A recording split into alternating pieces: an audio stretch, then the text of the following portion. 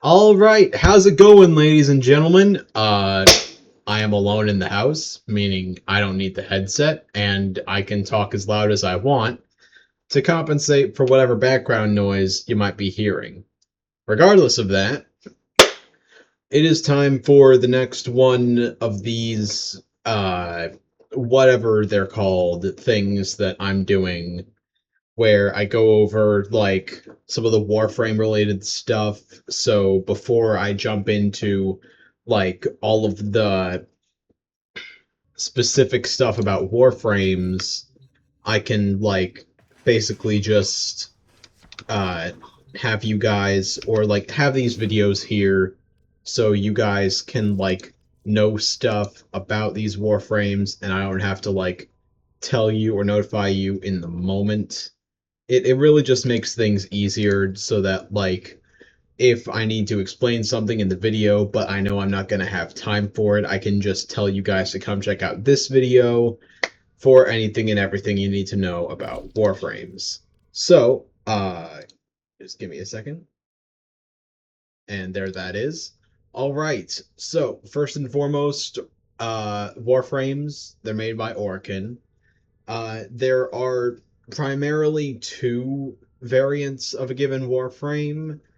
There are base variants, such as, if you'll just see here, we got Site09, and then we got Dante. Those are like base variants, Daggeth. And then we got Prime variants, Ash Prime, Atlas Prime, Baroque Prime, Caliban Prime, Banshee Prime, all these guys. I got a bunch of primes, a bunch of base frames. Here's mostly base frames, those primes.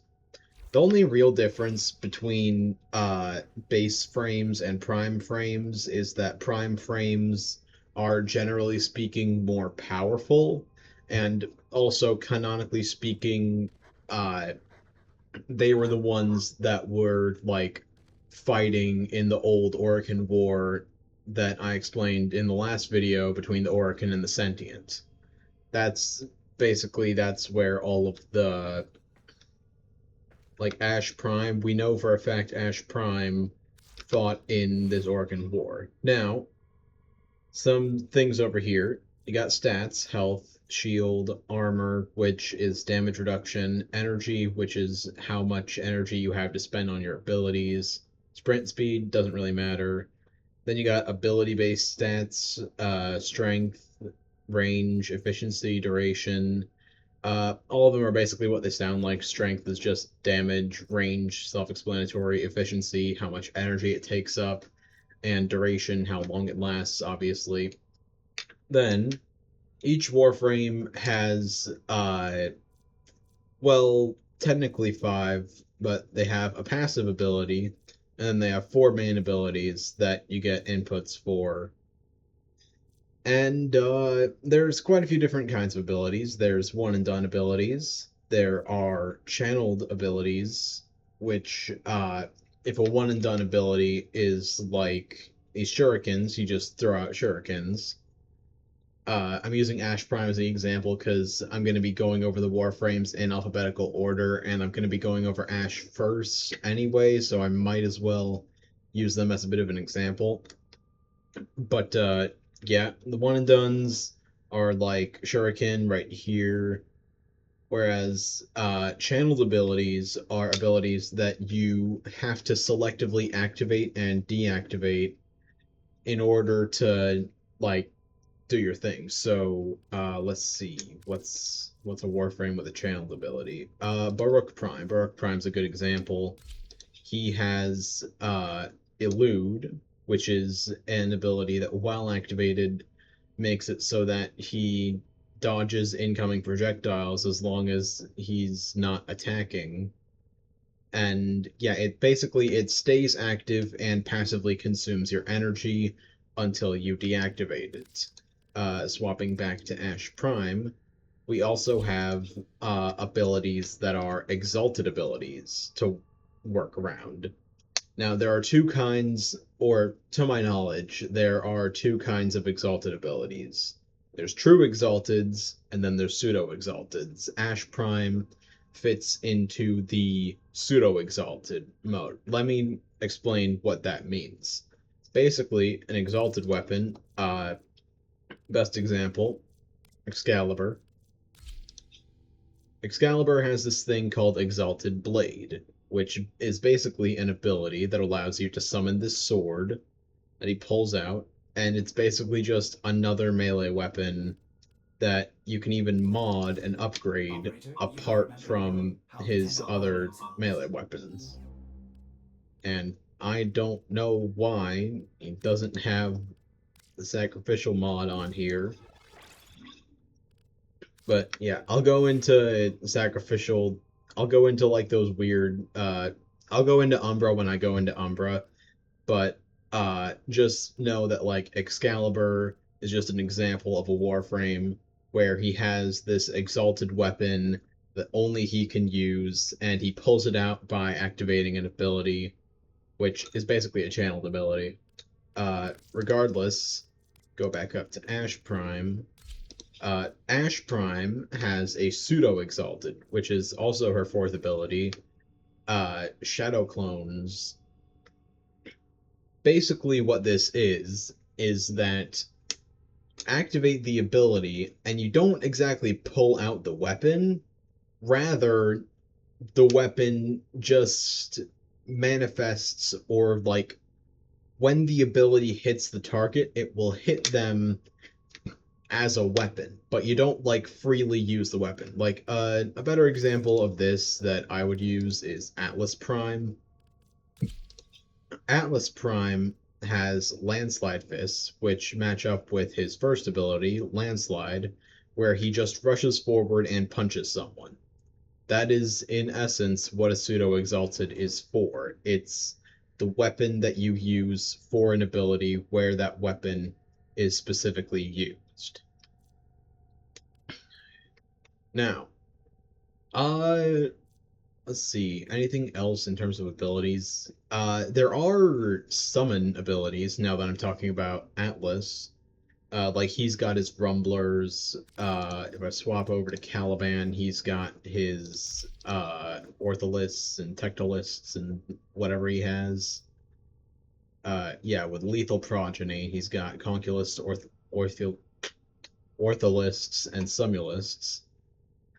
Uh, but yeah, those don't act as channeled abilities, they act as one and dones. But yeah, aside from that, just gonna switch back to Ash Prime real quick. I do also have some things to go over, such as subsuming. Uh, Subsuming happens over here in the helmet, The and battle it's was basically unleash where operation. you put Warframes, base Warframes specifically, that you cannot sell, or basically when you don't want to sell a Prime base Warframe, you can instead subsume it, and you can through this subsumation process, uh, you can gain some of the abilities of other Warframes and add them onto your Warframe. Like I have Zata's Whisper from Zaku that just makes it so that all your attacks have extra void damage. Or there's Roar from Rhino. This is something that a lot of people get Rhino exclusively for, is his subsumed Roar that just grants all nearby Warframes increased damage for a short time. I personally prefer to actually use Rhino when I want roar buffs, just because the damage increase is diminished when it's yeah. Regardless, and also why did I exit the helmet? Uh, Aside from subsumation, there is Archon shards. Archon shards are what you get from Archon hunts, and basically they can add like these little stat modifiers onto whatever warframe you place them on. More health, more energy, more effectiveness on health orbs, parkour velocity, casting speed, ability strength, ability duration, toxin based effects, corrosive based effects, blast and heat based effects, electricity based effects. You can fuse multiple of the you can fuse multiple of the same color into one super powerful Tau forged Archon shard of a given color, or you could combine two of different colors to make one of one color, so like red and yellow would make orange, etc., etc. You guys know how colors work. I don't think I need to explain that to you. I I managed to get all this down in 10 minutes. So, what else can I go over that you guys will need to know? Uh, hmm, let's see. What about Warframes? Ha.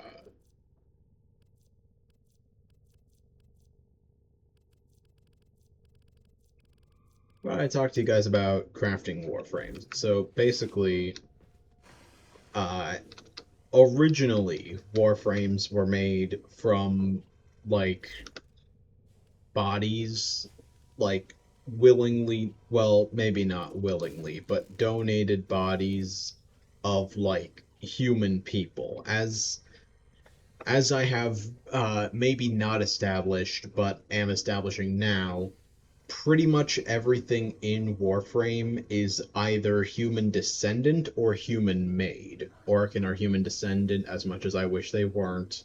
Grineer are clones. Corpus, not clones, but capitalists. So decide for yourself whether that's worse. Infestation are just fungus, but they're an Orokin created fungus, therefore they are human created. Same with sentient. Scaldra are just straight up human. Other things are just straight up other things. But yeah, as you can see, depending on what Warframe you're trying to get, you might need metal parts, you might need some resources that are kind of hard to get, you might need plastic, I guess, or like actual meat tissue, I guess. There's a lot of different things that you need for a lot of different warframes. I myself am crafting quite a few warframes. Oh yeah, also, uh, fun little thing that I feel maybe you guys should know in case you ever want to start Warframe. These are argon crystals. They are found exclusively in the void, and they have radioactive decay, effectively meaning you only have them for a set amount of time. Why do you only have them for a set amount of time? Well, I don't know, but let's just say the devs like it that way. Or maybe they don't. I don't know. I don't speak for the devs of this game. I don't speak for anyone. I speak for myself, and myself speaks beans. I don't know. Anyway, yeah, just seeing all these names fly by. You got Yoreli, Zaku, Zephyr, Wukong, Wisp, Voruna, Volt, Valbon, Valkyr, Titania, Trinity, Stepagoth, Saren, Rhino, who is, at least according to a source that I no longer subscribe to, supposed to be entirely flesh. Weird that he's made of ferrite and plastids and like polymer bundles and rubedo. Yeah, I don't think Rhino is flesh, my guy, especially considering he should be cratering every surface he steps on. But I'll save that for when I get into Rhino in his own video. For now, it is about time to end the video. So let me just say thank you guys all very much for watching. I have to say my Warframe videos have gotten significantly more attention than my ranking conglomerate videos, so I'm happy about that. And when I say significantly more attention, I mean 5 views. Thank you very much for that, by the way. If you want to see more of this content, like, subscribe, and maybe I will eventually get past the restriction of needing to only make 15-minute videos. See you guys